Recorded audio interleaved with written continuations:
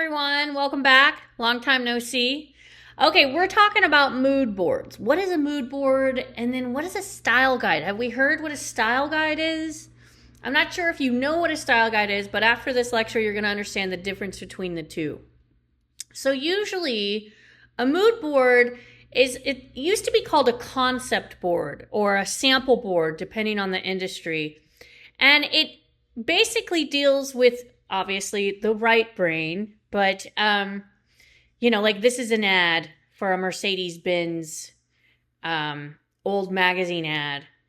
Here's another mood board, right? It's just a vibe, right? It's like it's how you kind of start your ideas on a project.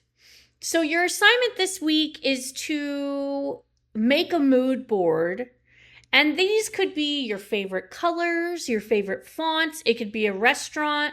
It could be a museum shop. It could be anytime you want to start off a mood board. It could be for many of these different reasons, right? It could be for yourself to do a vision board, or it could be to do for a restaurant that has different, maybe it's Thai food and they want to do like an island theme. So you would have a lot of island themes. Or if it's a museum, maybe you want to have a lot of minimalist style, black and white. So the colors of things could pop, or depending. So mood boards convey the overall feeling, and it can use 2D or 3D textures. On a mood board, you could have a sample of a paper that you want to print on, or a sample of, something physical, a fabric.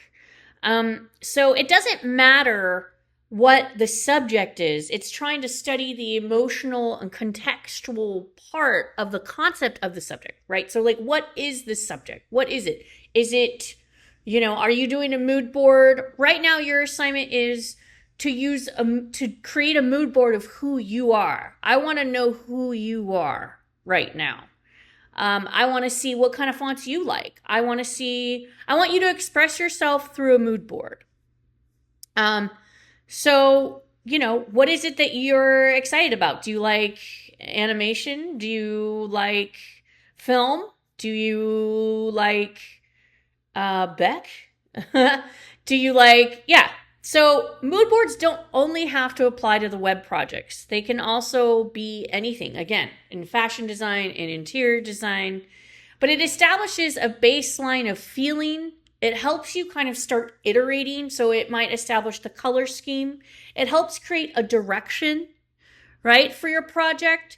And I'm going to ask you to create a mood board right now in Pinterest, or if you want to make one in Photoshop, for you to express yourself of who you are right now. But most of the time, we start mood boards as designers to kind of get a vibe for what the project's going to be. And then you can also show the client as well. It helps kind of visualize things on your end, but also you could share it with the client and say, hey, I made this mood board, and it is, it's these colors. I'm thinking I like this fabric for, if it's the interior of a Thai place, or of a restaurant. Like, this is what, the colors of the restaurant are going to be. This is the fonts. We're doing the logo. So it could be really for a lot of different things. It is not a style guide. Okay. So it's not a style guide, right? What is a style guide? So designers use style guides to convey the overall visual elements of a project after exploration and input with a client. Style guides are a summary of elements that will go into the production of the overall project. Style guides can be used as a sign-off with a client, acknowledging overall direction. So this is a great style guide. For instance, Portable College has a style guide. We all have a style guide. We have to adhere to certain fonts and colors. We have that deep red, which is our color.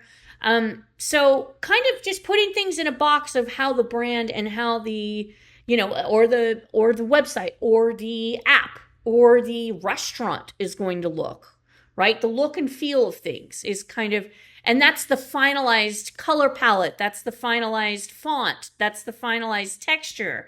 That's the finalized photos. That's the finalized text, right? So that's what a style guide looks like. Graphic elements, logo usage. You can decide, okay, you can only use these illustrative concepts mixed with these photos, right? So style guide would be more left brain. Mood board on the opposite end is more wild and free and just more like free thinking. Style guide is, I'm going to put you in this box and we have to use this logo with these fonts and these colors. And that's it. Does that make sense? So, okay, try to think about setting up your mood board. Again, for this assignment, if you want to try to just do a Pinterest, that's fine. But if you want to go further and you want to start playing around with Figma, which we're going to probably start getting into next week, you're welcome to. So to set up your mood board, try to create lines of sight leading to the focal point and make sure all images and samples are neatly glued and mounted. Yes, back in the day, it was a real full physical board. It represents the design and therefore should be clean. This is our rule of thirds. This is what our board should be laid out as in the rule of thirds and how you should use it as guideposts, right? To laying your concepts out. So you could take one of these and, Photoshop does this automatically for you. So if you happen to use Photoshop to create it in the rule of thirds, but this is kind of what I'm looking like, or what it looks like. I want you to tell me who you are. This person, based on this mood board, really likes the 70s groovy music, right? And so the patterns of the 70s, the colors, the kind of trippy 60s, late 60s, early 70s kind of vibes. So the specs, it shouldn't, 11 by 17 or larger digitally. I mean, and if you're going big and you want to make a physical mood board of your work or a vision board, sometimes it's called vision board, but that's a little bit different in terms of design and what we're trying to establish. I want to see your mood board of who you are. You could use different types of media. You can do it with spray glue or not. You could do it text at the back of the book describing facts about production. Oh yeah, that's colophon.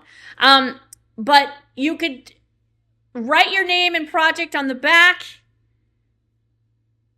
if you're going to do it physically and turn it into me, which I am physically on the campus. But since this is an online class, you really just need to make it digitally exciting. So try to create a mood board. Here's some samples of other students I've had through the years in this project, of like photography they like, or moods, or vibes, or fonts, or types of art that they're excited about, right? Here's another mood board. Some of these are from professional design houses, right? And they just create a vibe. So that's what I'm looking for. Hopefully that is clear for you. If you have any questions, you can message me or chime in on the discussion. Okay, can't wait to see your mood boards. Okay, bye.